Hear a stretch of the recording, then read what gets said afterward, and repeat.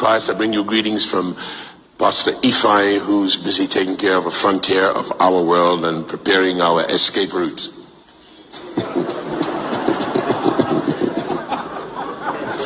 If you don't have a plan B, I know you have faith, but I have faith too, but I have a plan B.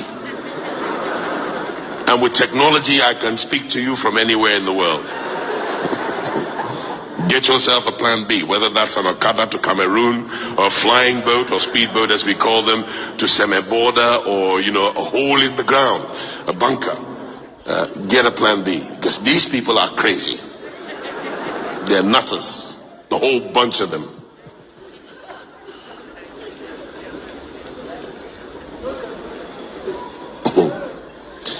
And wait and watch the signs, because it can happen like this.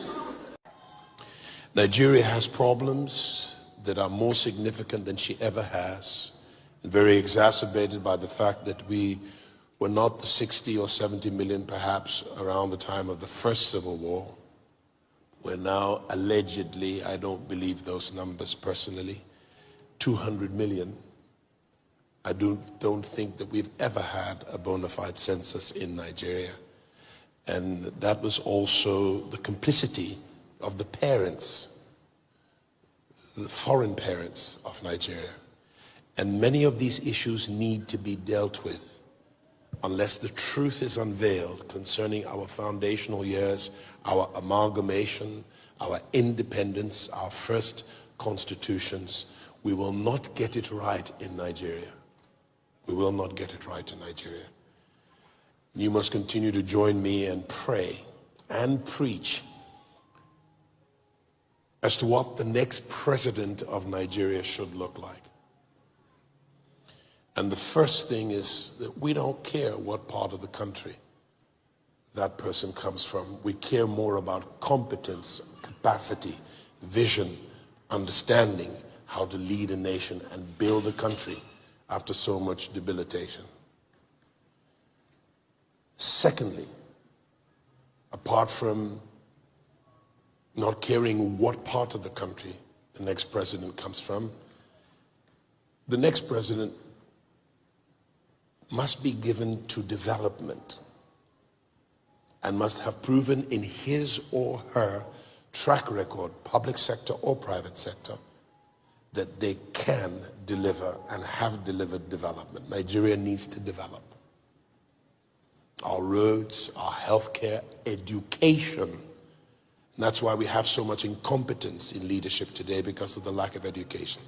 So most times, much of our hope for great leadership is returnees. Nigeria has spent $2 billion every 2 years educating her children for the last 50, 60 years in the Western Hemisphere.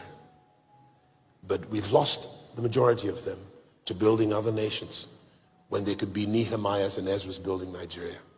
So we need somebody who understands development. Number three, we need a president who is not a genderist.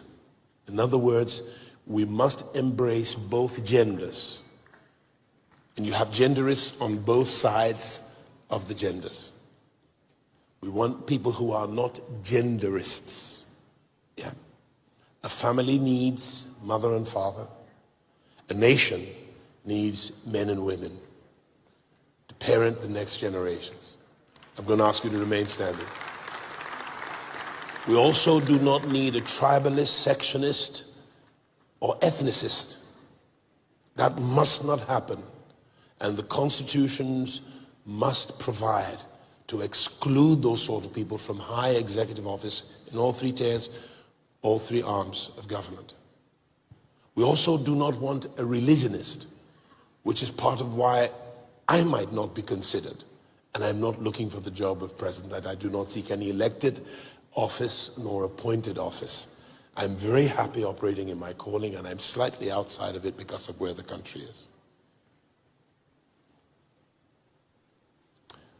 We also need somebody who has brilliance, is well educated, and hasn't left his or her education in the theoretic realm, so that practically they can deliver on vision embrace even their opponents. The beautiful thing about Abraham Lincoln, he put all his opponents, he didn't define them as enemies, though some of them were, he put all of them at the table because he recognized that they had brilliant enough ideas to rise as the cream to the top of the polity and the politics of the day. And by this, he was able to embrace ideas, amalgamate them or collaborate them into one singular vision to give Americans the opportunity, being all created equal, to pursue and aspire to a life of justice, freedom, peace, development, progress, and happiness. So we need somebody like that. That's not all. We also need somebody who can amass around himself, across the reach of governance and government, particularly in his or her cabinet, people who are like him or her in competence, capacity, brilliance, and vision, so that every significant and peripheral ministry of state does well collaboratively to deliver on our national vision. And by God, we need a visionary who sees, lives, and breathes a better Nigeria, better than any other country on the face of this earth. It's possible. We have the brilliance. We have so many great Nigerians. And we have to find a way, my friends, to lock out the people who only go into politics and governance for personal gain and aggrandizement, for the allure of power and money. The purpose of power and money are not for aggrandizement. They are for the delivery of service. Democracy is the government of the people, for the people, by the people. And we're sick and tired, forgive my rudeness, of these idiots who cannot see beyond their noses. If you're not good enough for the job, leave it. Too many people are suffering, living beneath their privilege, living beneath our opportunity as an aggregated whole. And for goodness sake, it is time that if we call ourselves a federal republic, one, we must be Republican, and two, we must be federating. This is not a federal republic. I see nothing Republican about Nigeria, and there's nothing federating about Nigeria. This is a situation where the center determines everything, and the center feeds the components. In a federation, the components feed the center. And the center is only responsible for national matters like border integrity, national defense. And when you don't have that, you impede the growth of the various components of the federation. That's why some states are just downright lazy.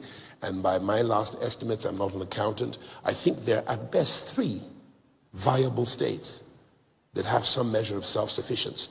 So when Lagos delivers 5.3 trillion naira in royalties, customs, ports, taxes, and duties, and VAT and the likes, it goes to the center, and the center appropriates it to lazy states.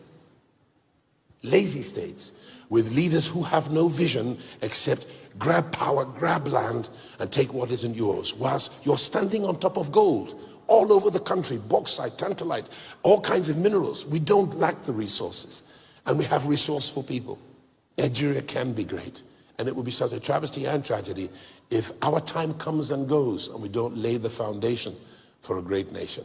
If I catch any one of you in government and you don't deliver service or you become a thief there, I will give you problems, and I will ask God to give your generations problems. I'm speaking to those of you in House on the Rock. Otherwise, go into business and make money there. Leave government for service delivery. You're ruining millions of lives. We wouldn't have beggars on the street if government would do her business. And I'm not speaking of this administration. I'm speaking of all administrations. And I include the British administrations that govern Nigeria. We've got to do something about it. And you must be a critical voice to encourage those who do right in governance and leadership and in politics. And also you must be a publishing generation that publish the truth. Don't just forward anything you get on WhatsApp. Verify it. If it is truth, publish it. Governance is not merely the business of those in the State House. It is your business. You have a voice and you are their employer. And when you correlate your voice, work together in a pyramid, the bloggers, the vloggers, the news media, the broadcasters, the anchors, and every one of you with a smartphone, use it and hold government to accountability. It is their responsibility to be accountable to the people who employed them. And that's why that 99th constitution needs to be in fact, it ought to be jettisoned.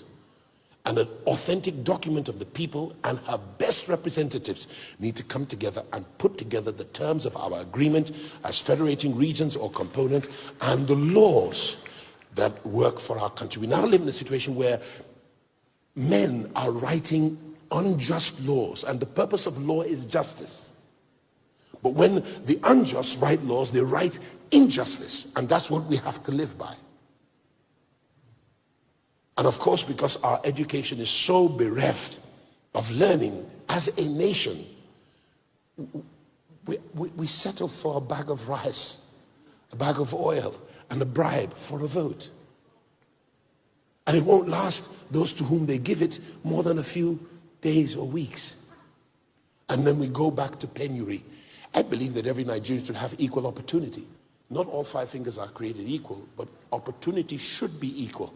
And especially for those who want it, they should be able to reach out and get it. But you've denied more than 80% of the population opportunity.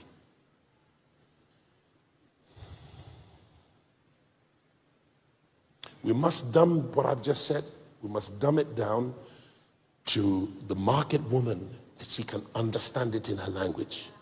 The pedestrian, the person who sells goro or zobo in all parts of the country so that every single individual can hear it. I've done my job this morning for our country. Those of you who know how to dumb it down, take it, run with it, and publish.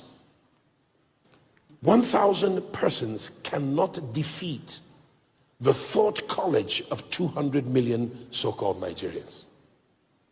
Mass is on our side. And this is not a fight. We may be ideological opponents to others, but that is our right. It is our just right and freedom as citizens of this country. Otherwise, take away my passport and lock me in jail.